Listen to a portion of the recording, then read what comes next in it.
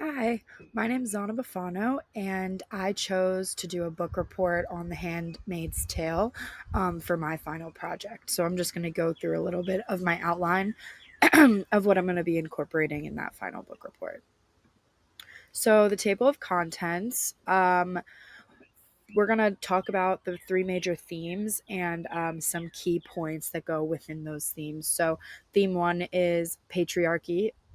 There's a spelling error there, sorry. And gender roles. Theme two is female oppression and loss of autonomy. And theme three is reproductive rights and bodily autonomy. So, starting off with patriarchy and gender roles, we're focusing on the main idea of that. And secondly, the language and identity. And then third, the intersection of power and femininity.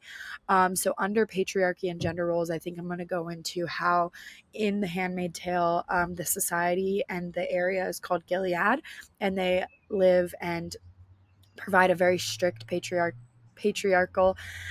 society. Men hold absolutely all of the political and religious power, and the women are then assigned to rigid hierarchical roles. Sorry, such as wives, handmaids, Marthas, and echno wives, which is kind of like a Martha, but then there's also the aunts who are kind of the people that enforce all these rules and make sure the handmaids stay in line. And so, going into language and identity, women are given names based on the men that they serve in this novel. And their name always includes Offred, which is meaning of like, of Fred, which basically erases their entire like personal identity and reinforces their status as possessions and objects rather than people. And then going into intersection of power and femininity, the roles, as stated before, are divided to represent different like female ideals. The wives are obviously the reproduction, or no, sorry, the wives are the women who aren't able to reproduce, but they are put in like a dominant um, kind of like a dominant category because they have the power of being with the commander, which is like the male in the relationship. And then the handmaids are obviously the reproduction. Um, they're relied on for all of the reproduction when it comes to the way that the society works.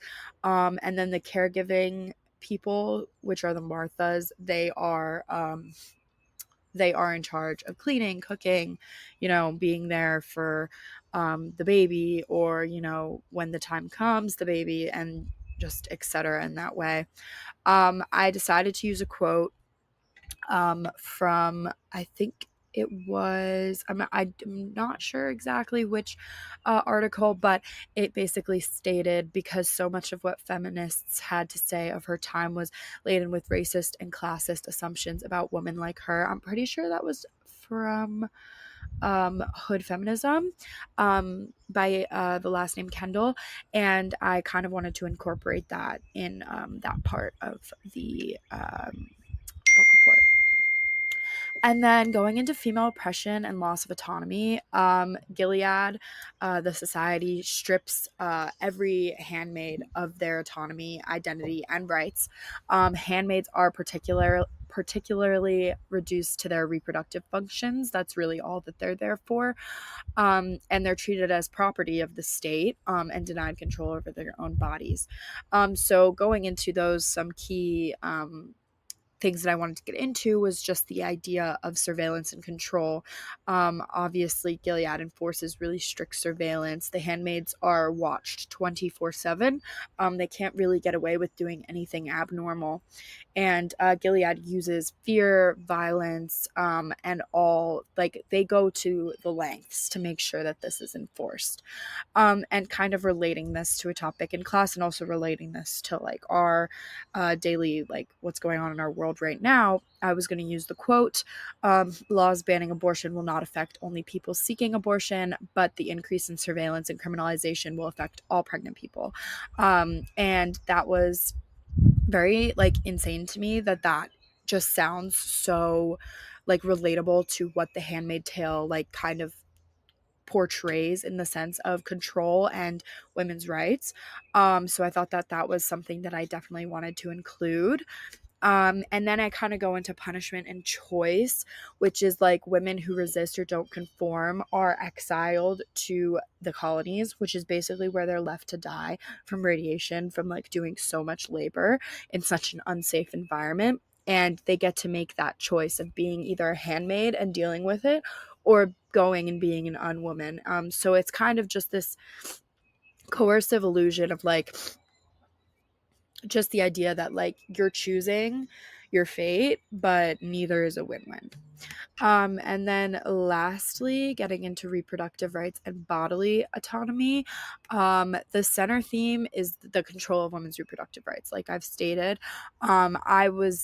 I was very intrigued by like this overall look because there's been so much talk on like the abortion going on and everything like that. So, in The Handmaid Tale, the state dictates when and with whom the handmaid has sex with, and uses them as a tool to combat declining birth rates. And that's how this whole thing started. That's why the government got changed. That's why the entire like situation got put into this situation.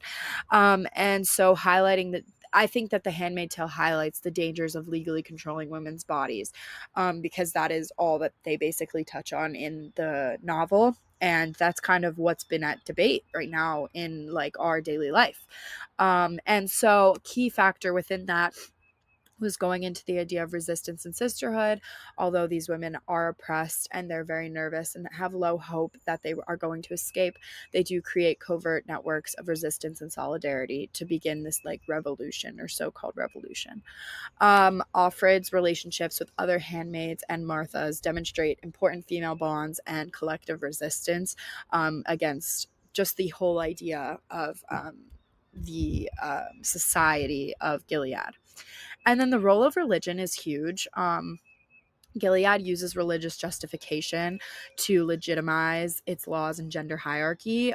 So, for example, like basically the idea and act of the ceremony, which is when the handmaid lies between the wife and the commander basically has sex with the handmaid. It is basically rape, but it is legally justified because of the laws and the gender hierarchies that they have in place.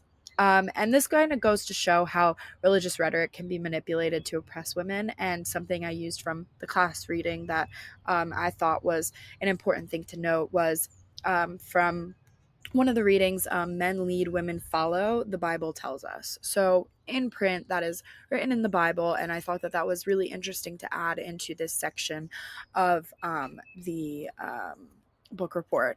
And then lastly, key element was contemporary relevance and feminist critique. I think that altogether, the novel serves as a feminist critique of contemporary and historical gender dynamics and what is also being brought forward now in current debates. I think it's a warning against complacency regarding women's rights and highlighting the ongoing struggle for gender equality. So, kind of altogether, sorry, that was like kind of really long, but altogether, it's just I really wanted to highlight in the book report, and why I chose The Handmaid's Tale was to incorporate current events that are going about at the moment that are bringing a lot of controversy and discussions, and also using this novel, which then got turned into a show, to really show that like this has been played out, and you can see like what a life of a handmaid looks like and how hurtful and disgusting that is. So I thought it was a really interesting connection, and which is why I decided to use it for my final project. Thank you.